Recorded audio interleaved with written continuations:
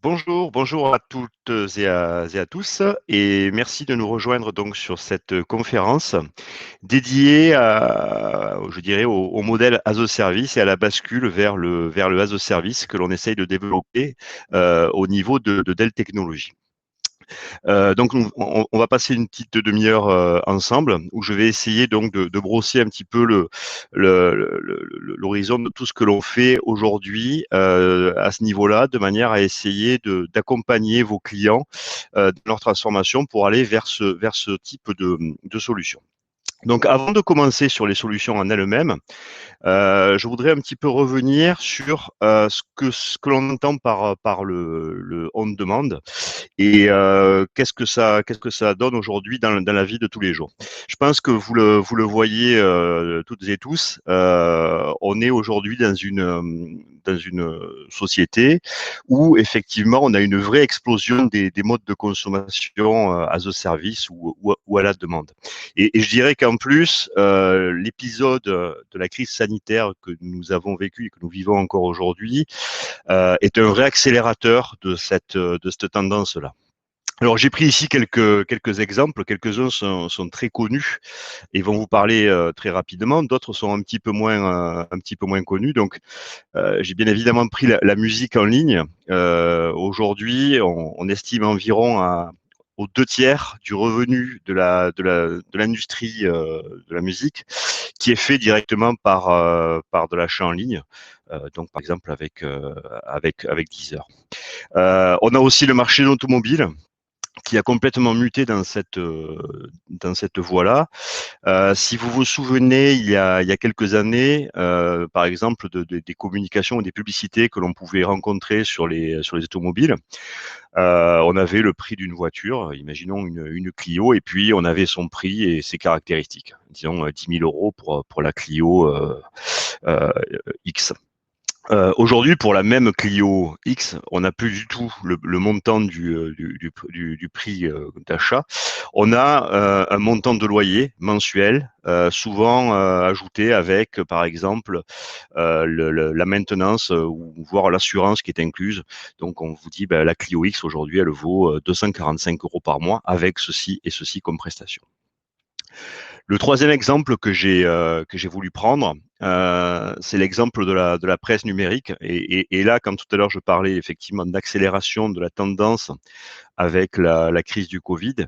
Clairement, on a eu une accélération de la presse numérique parce qu'aujourd'hui, enfin, on estime que sur le premier semestre de 2020, on a eu, pardon, une accélération de 600% des ventes de journaux numériques par rapport à la même période de l'année dernière. Donc c'est absolument considérable et ça rentre aujourd'hui effectivement dans les mœurs de plus en plus. Et puis des exemples que l'on connaît moins parce que c'est plutôt des exemples au niveau de l'industrie. J'ai voulu prendre ici l'exemple d'Air France. En gros, aujourd'hui, la très grande majorité de la flotte d'Air France, comme d'ailleurs de la grande majorité des grands avionneurs, des grandes compagnies d'avions, pardon, en, aériennes, pardon, en Europe et dans le monde, la grande majorité de leurs avions sont loués en fait à d'autres compagnies. Ce qui leur permet d'ailleurs, comme aujourd'hui en temps de crise, de pouvoir éventuellement réduire la voilure en restituant tout ou partie de la flotte qu'ils ont en location aujourd'hui. Et puis un dernier exemple qui est vraiment sur le modèle industriel et qui est vraiment je dirais là, du as a service, du on-demand. Michelin sur les pneus, par exemple, des gros camions, de certains gros camions, propose effectivement des capteurs directement sur les pneumatiques qui vont regarder un petit peu quel est le niveau d'usure du pneumatique et qui va donc pouvoir ensuite, grâce à ces capteurs-là, donner la possibilité de pouvoir changer les pneus en temps et en heure, d'avoir des alertes qui sont données directement à la compagnie qui exploite ces camions de manière à pouvoir effectivement faire du vrai as a service avec ces pneus. Donc si on va maintenant sur la partie de l'IT, Et donc, la réponse qui a été donnée par Dell Technologies sur ces modèles on demande, qu'est-ce qu'on voit aujourd'hui? Et ce sont donc des chiffres qui nous sont donnés par IDC, les deux chiffres que vous avez sur le côté droit. Aujourd'hui, on se rend compte que sur le marché de l'IT, on a environ un quart des projets, des solutions IT qui sont financés sur le marché ou qui bénéficient aujourd'hui directement de solutions de paiement. Donc c'est un quart. Et ça a tendance clairement à augmenter d'année en année. Il y a environ 15 ans de ça, on n'était pas tout à fait à 10% à ce niveau-là. Et il y a un deuxième chiffre qui est encore plus éloquent, qui concerne vraiment ici le déploiement de nouveaux projets informatiques sur lesquels il y a une vraie solution de paiement à l'usage. Aujourd'hui, en 2020, on est environ à 1%, donc c'est encore extrêmement marginal. Mais IDC pense qu'effectivement en 2022, et 2022 c'est vraiment demain, on serait déjà à 15% de taux d'attache sur ce type de solution avec du paiement à l'usage. Donc c'est vraiment considérable en termes d'accélération. Et donc par rapport à tout ceci, Dell Technologies a mis en place une réponse qui essaye de répondre autant que faire se peut, donc à un besoin de consommation en as a service ou à la demande. Donc ça s'appelle tout simplement Dell Technologies on Demand. Et donc, c'est tout simplement l'ensemble de l'offre de Dell Technologies qui est désormais disponible en mode de paiement à l'usage ou en mode as a service. Donc, on va regarder un petit peu l'ensemble de ces solutions-là. Avant de rentrer dans le détail de chacune des offres, juste j'ai voulu reprendre sur cette slide-là les différents types de solutions de paiement que l'on peut rencontrer de manière flexible. Et là, je parle aussi bien pour Dell Technologies que de manière générale sur ce que l'on peut faire en termes de financement pour pouvoir effectivement proposer de la flexibilité et du as a service ou du on-demand. La première des solutions, bien évidemment, ce sont les solutions linéaires. Donc là, c'est quelque chose qu'on connaît toutes et tous. On a une location ou on a un crédit bail ou on a tout type de financement et on a des loyers linéaires sur une période. Ensuite, ce que l'on peut mettre en place aussi, en fonction des besoins du client final, c'est que l'on peut aller vers de la progressivité ou au contraire de la dégressivité sur les paiements. Et vous allez voir, on va avoir un exemple très très rapidement sur ce que ça peut donner en termes d'usage pour un client final. Ce que l'on peut faire aussi, c'est que l'on peut faire du différé. En particulier quand on arrive en fin d'année fiscale, on peut avoir des clients qui nous demandent d'avoir leur premier loyer qui ne vont démarrer qu'en janvier ou qu'en février de l'année prochaine. Donc ça, c'est quelque chose que l'on est tout à fait à même de faire. D'ailleurs, on a aujourd'hui des offres qui ont été mises en place justement lors de la crise du Covid, avec par exemple une offre sur de l'infra sur lequel on propose un crédit bail à 0%. Et cette offre de crédit bail à 0%, elle est couplée avec un différé de paiement qui peut aller jusqu'à 180 jours. D'accord. Donc, voilà le type de solution que l'on sait faire en termes de flexibilité. Mais pour vraiment rentrer dans le modèle as a service, ensuite, on a mis en place des solutions beaucoup plus pointues que l'on va voir ensuite. On va voir que l'on est capable de faire, je dirais, du as a service sur la consommation des serveurs et sur la consommation du stockage. D'accord. Donc ça, on va voir deux exemples par rapport à ceci. Et puis pour finir, on a d'autres solutions un petit peu plus spécifiques, telles que des paiements annualisés ou de la cession de créances qui permettent par exemple de pouvoir financer en as a service des solutions software. Et en particulier sur les solutions VMware. Donc la première solution que l'on propose en as a service, c'est tout simplement notre offre PC as a service, donc qui concerne toutes les solutions post-client, que ce soit du poste fixe, du portable, de la workstation, tout ce genre tout l'ensemble des postes clients peuvent bénéficier de ce type de solution. Alors c'est quoi le PC as a service? C'est tout simplement une solution de location dans lequel on va intégrer l'ensemble de tout ce que l'on peut avoir autour, qui gravite autour du poste, de manière à pouvoir offrir une solution globale au client. Je m'explique. On peut par exemple avoir un portable Dell en l'occurrence, sur lequel on va pouvoir proposer du déploiement, par exemple le Pro Deploy ou le Pro Deploy Plus. On va pouvoir proposer de l'assistance, Pro Support Plus. On va pouvoir proposer au terme de la récupération des actifs. On va pouvoir venir récupérer chez le client les assets. On va pouvoir effacer les données, ce genre de choses. Et tout ça mis en place sur une location, par exemple, de 3 ans ou de 4 ans. Ça donne quoi? Ça donne tout simplement pour le client la possibilité d'avoir tout intégré dans un loyer avec une somme qui est inférieure au prix cash, dans la mesure où on a une valeur résiduelle sur ce type de location. Et ça permet effectivement au client de complètement se dériver de l'ensemble de toutes les tâches autour, puisqu'il va avoir sa machine qui va être déployée, qui va être assistée pendant les 3 ans, et on va venir la lui récupérer au terme. D'accord? Donc ça, c'est vraiment une solution clé en main qui permet de pouvoir faire du vrai as a service pour vos clients sur toute la partie post-client. Un point important ici, en ce qui concerne par exemple la partie déploiement et en ce qui concerne par exemple la partie assistance, comme je l'ai dit tout à l'heure, on a chez Dell la possibilité de pouvoir vous offrir des solutions de déploiement ou d'assistance avec Pro Deploy ou Pro Support.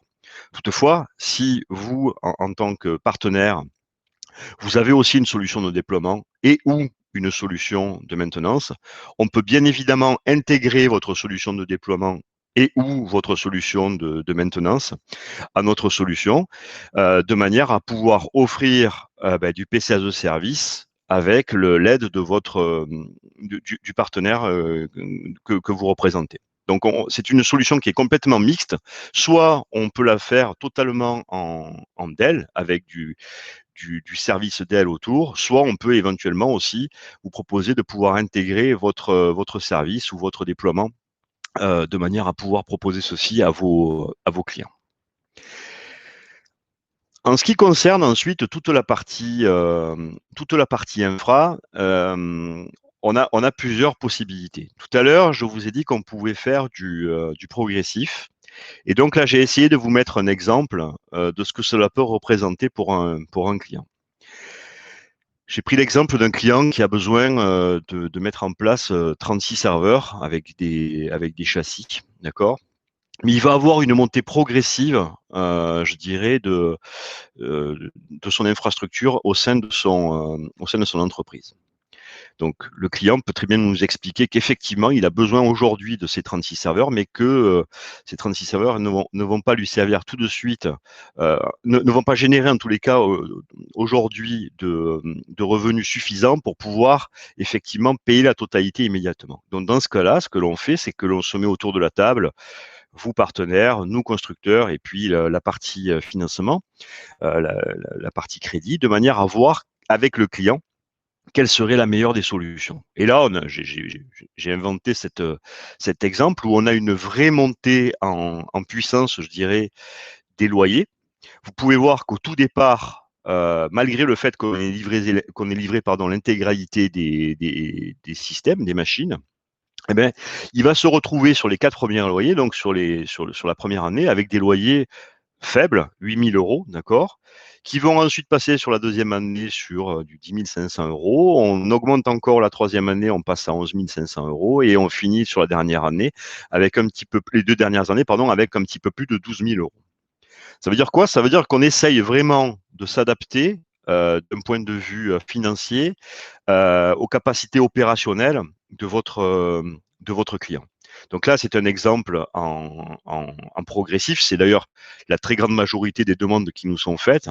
On peut aussi imaginer, et ça arrive dans certains cas, et en particulier dans le domaine public, d'avoir des demandes de loyers dégressifs, avec un premier gros loyer, par exemple, ou une première année forte en termes de loyer, suivie par exemple d'année 2, année 3, année 4 ou année 5 éventuellement, avec des loyers aller en dégressivité. Donc ça, encore une fois, il est extrêmement important que l'on puisse en discuter ensemble avec votre client, de manière à voir vraiment ce qu'il lui faut en termes de flexibilité de ses loyers, de manière à lui offrir la solution la plus adéquate possible à sa situation.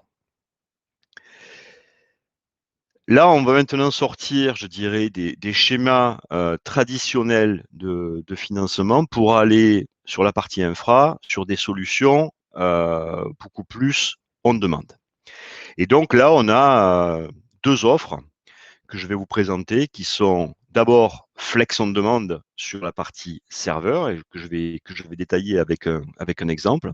Et ensuite, on va voir qu'on a exactement le même type de solution sur la partie stockage. Alors, sur la partie serveur, comment ça se passe? Là aussi, encore une fois, il est extrêmement important d'avoir un dialogue préalable entre vous, partenaire, le client final, et donc nous au niveau du constructeur, et puis nous au niveau donc de l'organisme de financement, de manière à voir quelle est la meilleure des solutions à mettre en place. Donc, on va déterminer avec le client, c'est la première des étapes, hein, on va déterminer une durée d'engagement, une capacité minimale que le client souhaite mettre en place sur du serveur. Vous voyez sur le titre de ma slide que le minimum requis pour ce type de solution est de 50 unités ou de 250 000 euros. Donc, une fois qu'on a déterminé la durée d'engagement et la capacité minimale, on va regarder aussi avec le client quelle serait la capacité minimale en termes de pourcentage. Hein, là, j'ai mis quelques exemples, mais vous allez voir que j'ai deux slides qui viennent ensuite qui vont vous éclairer sur la manière dont ça se passe. On peut par exemple avoir une capacité minimale de 75 ou 80% sur 3 ans. On peut avoir du 70, 75, 80% sur 5 ans. On va mettre à disposition du client des serveurs supplémentaires qui sont non facturés s'ils ne sont pas utilisés. Et sur cette mise à disposition des serveurs supplémentaires, le client ne sera facturé que sur la capacité additionnelle à l'heure pour chacune des utilisations du serveur. On estime que un serveur est utilisé quand sa CPU dépasse 5% d'utilisation. Donc, si on prend un exemple, de ce que cela donne dans la vraie vie, hein, donc j'ai pris ici l'exemple d'une demande sur du serveur avec, vous voyez, un temps d'utilisation maximum de la puissance CPU du serveur. Alors là, en l'occurrence, on est sur 720 heures.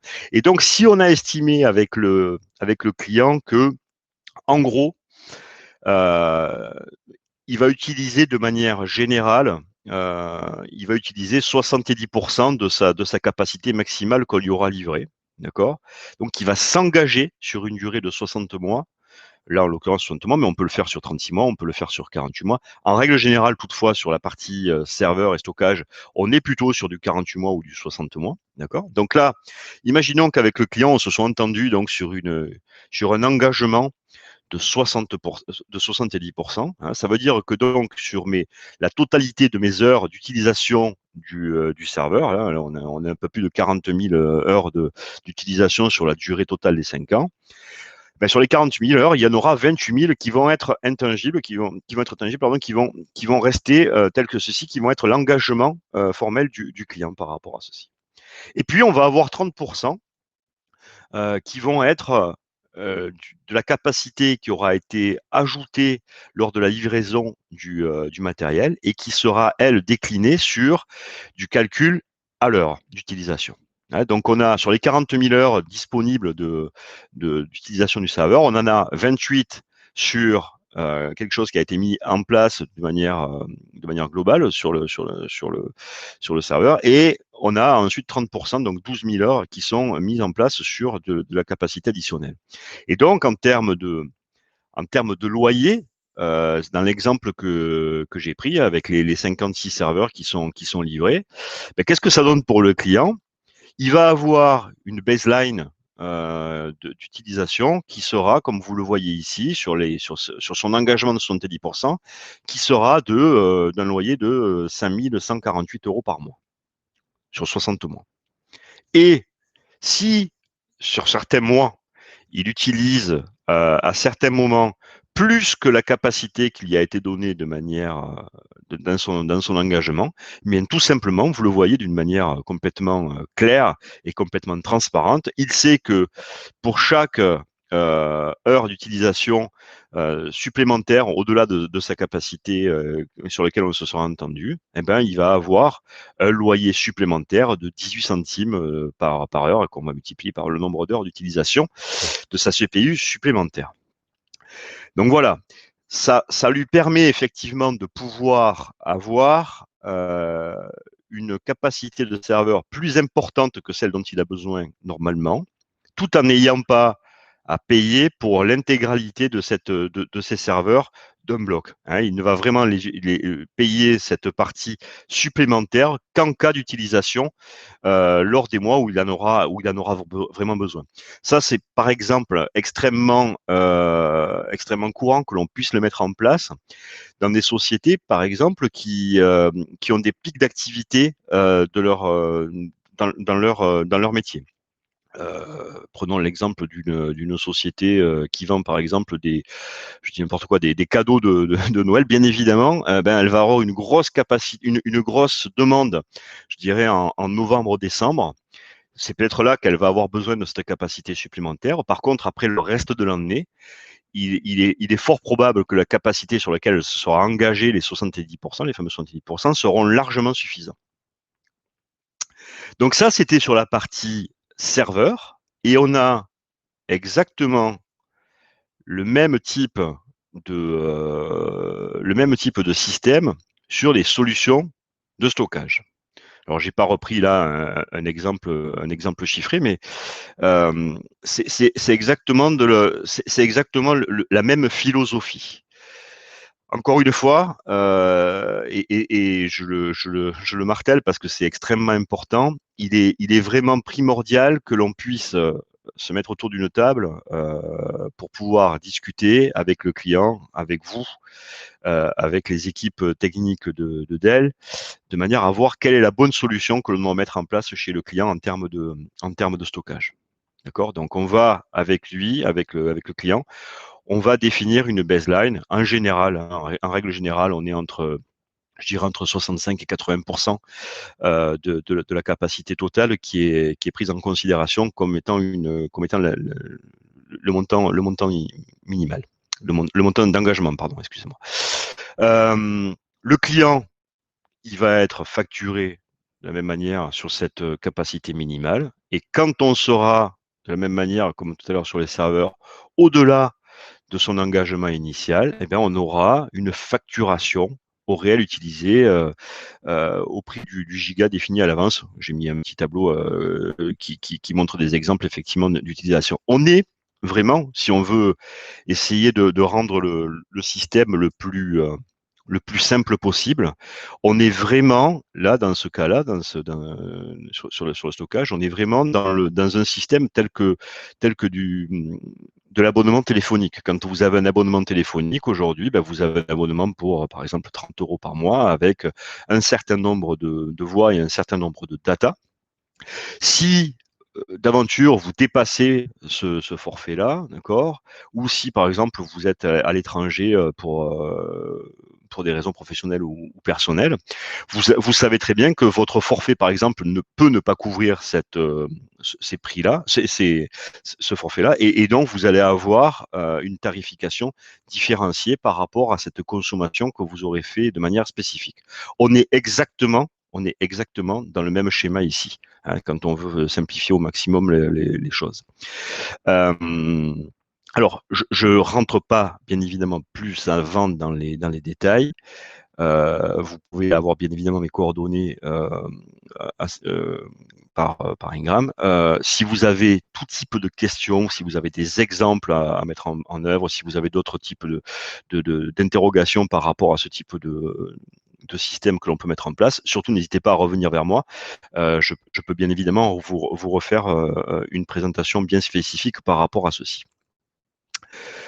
Pour en terminer, juste donc de manière à essayer de synthétiser tout ce que l'on a vu ensemble, on peut voir qu'aujourd'hui, hein, comme j'essayais de le dire tout à l'heure au départ de mon intervention, on va de plus en plus effectivement vers des solutions on demande, vers des solutions as a service. Je présume que parmi vos clients, vous avez sans aucun doute des demandes dans ce sens-là. Donc sachez qu'on a effectivement mis en place avec Dell Technologies des solutions qui permettent de couvrir, comme on vient de le voir, l'ensemble de ces demandes, que ce soit sur la partie post-client, mais surtout sur la partie infrastructure, serveur, stockage. On peut bien évidemment, comme je l'ai mis ici, le mettre en place sur du HCI, sur du cloud hybride. On peut essayer effectivement de réfléchir à chacun des projets de manière à essayer de trouver la solution qui sera la plus adéquate possible. On sait faire bien évidemment du sur-mesure, hein, ça c'est vraiment je dirais l'ADN de ce que l'on sait faire en termes de technologie. On a des solutions packagées, mais je dirais que la valeur ajoutée que l'on peut vous amener et que l'on peut amener à vos clients, c'est effectivement de savoir faire du sur-mesure à ce niveau-là. Hein. Après, comme on l'a vu, hein, on est vraiment sur quelque chose qui veut essayer de se rendre le plus simple possible. Hein. L'exemple de l'abonnement téléphonique, je pense, un exemple que l'on peut dupliquer parce qu'il est facile à comprendre.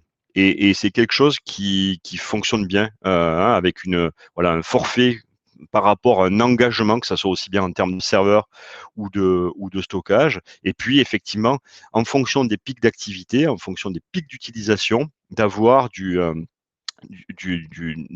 la tarification spécifique à ces moments-là. Ce que l'on essaye de faire aussi avec nos partenaires, parce que c'est extrêmement important de pouvoir le faire, c'est de pouvoir assurer un suivi régulier. Imaginons qu'on ait mis en place une solution avec un de vos clients sur du serveur, par exemple, avec une solution Flex on Demand et que l'on soit parti sur une base de 70%. Et puis, au bout de 6 mois, ou au bout d'un an, en fonction donc des projets, on se rend compte que les 70% ne sont pas adéquats parce que on est tout le temps, par exemple, en dépassement et que donc du coup, ça amène une surconsommation tarifaire pour votre client. On peut bien évidemment réouvrir une négociation à ce niveau-là, de manière à reprendre le contrat et éventuellement le passer à 80% ou à 85%, de manière à éviter justement cette surconsommation-là et de calculer avec le client quel serait le bon montant du loyer à mettre en place. Même chose à la baisse, si on voit qu'on est trop haut en termes d'engagement, on peut bien évidemment aussi baisser ce niveau d'engagement. Et puis je dirais que pour terminer, l'avantage de passer avec Dell Technologies on Demand, c'est que vous vous adossez bien évidemment à un constructeur que vous connaissez très bien, qui a sur le marché du financement plus de 10 ans d'expérience en France et plus de 20 ans dans le monde, et que sur ce modèle de Dell Technologies on Demand, on sait faire je ne sais pas si vous m'entendez encore, on est sur pardon, on gère déjà plus de 2 milliards d'actifs via du Dell Technologies on Demand. Je vous remercie, je vous souhaite une bonne fin de journée. À très bientôt, au revoir.